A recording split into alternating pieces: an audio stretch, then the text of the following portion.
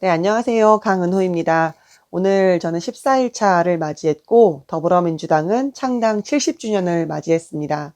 역사와 전통을 이어가고 있는 더불어민주당이 앞으로 100년 정당이 되어서 또 우리 110만 권리당원과 함께 앞으로 더 많은 당원과 국민과 함께 중심을 잃지 않고 올바른 길을 이어나가려 노력하는 정당이 되기를 진심으로 기원합니다. 오늘 첫 번째 정강정책의 마지막 소단락인 재정민주주의의 구축 낭독할 차례인데요. 내일부터는 두 번째 정강정책을 시작할 수 있을 것 같습니다. 지금 바로 시작하겠습니다. 재정민주주의 구축. 국민의 의사와 선호가 국가 예산에 반영될 수 있도록 재정민주주의를 구축한다. 국가의 지속 가능한 발전과 국민의 삶의 질 향상을 위해 국가 예산이 합리적, 효율적으로 배분되도록 하고 재정의 책임성을 다하도록 한다. 중앙정부와 지방정부 간 재정 기능을 합리적으로 조정하여 국가의 균형 발전을 실현한다. 재정의 지속 가능성을 확보하여 국가 재정의 역할과 국가의 책무성을 강화한다. 조세 및 재정 정보를 투명하게 공개하고 접근성을 높여 국민의 재정에 대한 알 권리를 보장한다. 높은 예측 가능성을 바탕으로 국가 재정을 운영하되 재정 수요에 비해 과도한 감세를 지양하며 시대적 과제와 재난 및 경제 위기를 극복하는 정책적 수단으로서 조세 제도의 역할을 강화한다. 네, 9번째 소단락에서는 나라 살림의 근간을 이루는 조세 제도의 확립에 대해서 조세 정의의 확립에 대해서 이야기를 했고 10번째 소단락에서는 나라 살림 그 자체, 재정에 대해서 이야기하고 있습니다. 그 중에서도 제목을 재정민주주의 구축이라고 정해놓고 그 첫 번째 줄을 국민의 의사와 선호가 국가 예산에 반영될 수 있도록 재정민주주의를 구축한다로 시작하고 있는데요. 가장 대표적인 정책으로는 주민참여예산제를 들 수 있을 것 같습니다. 주민참여예산제는 2011년 법적 의무화가 되었는데요. 지방재정법 제39조에 따르면 지방자치단체장은 대통령령으로 정하는 바에 따라 지방예산 편성 등 예산 과정에 주민이 참여할 수 있는 제도를 마련하여 시행하여야 한다라고 되어 있습니다.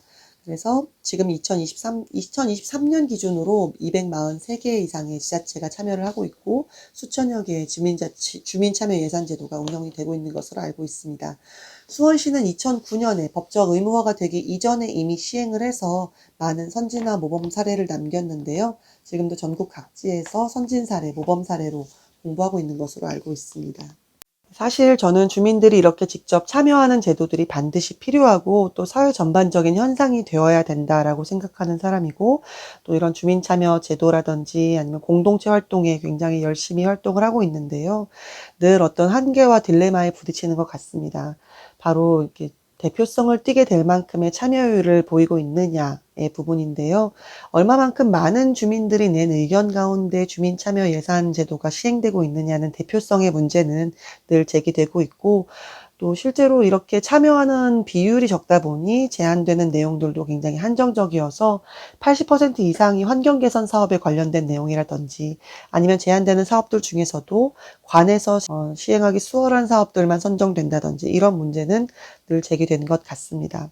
저는 그래서 이렇게 주민들이 참여하는 것에 있어서 효능감을 느끼고 효율성을 느끼는 제도들이 반드시 필요하다고 생각이 드는데요. 처음에는 그 참여율을 유도하기 위해서 이런 것들이 어느 정도 제도화되어야 된다고 생각을 합니다. 그래서 처음에는 내가 참여하는 것이 이익이 되는구나라고 느낄 수 있도록 근무지가 있는 분이라면은 인사나라든지 고과에 반영되는 제도가 마련된다든지 아니면 사업을 하시는 분이라면 절세라든지 이런 부분에 효과를 누릴 수 있다든지 일반 시민으로 참여를 한다면 내가 지금 활용할 수 있는 지역화폐 어플들 요즘 굉장히 많이 다들 보편적으로 쓰고 계시죠. 그런 걸 통해서 공공기관, 공영주차장 이런 것들을 좀 더 이용하는데 혜택을 보게 한다든지 이런 제도들이 필요하다고 생각이 듭니다. 이런 이야기를 하면 봉사자의 순수성이 떨어진다 혹은 순수한 의도가 떨어진다라고 말씀하시는 분들이 계신데 저는 그런 시각으로는 절대로 전반적인 참여 확대를 늘릴 수 없다.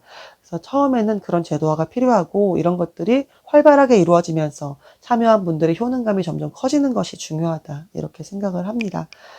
그래서 많은 이런 주민참여 예산제가 지금 2011년부터 법제화가 되어서 지금 횟수로 14년 차 인데 앞으로는 점점 더 참여하는 방법도 더 수월해질 거는 물론이거니와 참여하는 범위도 더 넓어졌으면 좋겠다라는 생각, 그래서 참여 인원 자체가 많아졌으면 좋겠다 이런 생각들 하고 있습니다.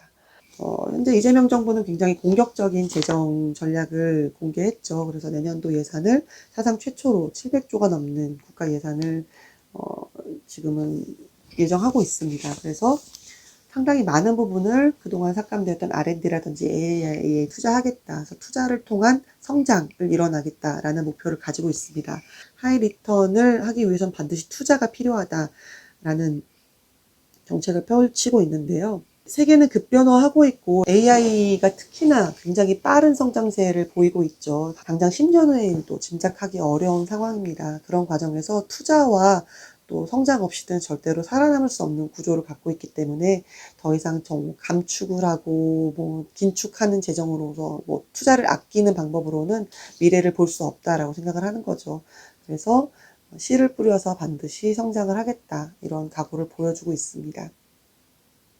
저는 맞는 방법이라고 생각이 드는데 반드시 성공을 했으면 좋겠네요. 오늘은 여기까지 하겠습니다. 다시 한번 더불어민주당의 70주년을 축하하며 보다 많은 사람들이 이런 재정민주주의라든지 또 공동체 활동이라든지 참여하는 그런 사회가 됐으면 좋겠다는 생각을 하며 오늘은 여기에서 인사드리도록 하겠습니다. 15번째 시간에 뵙겠습니다.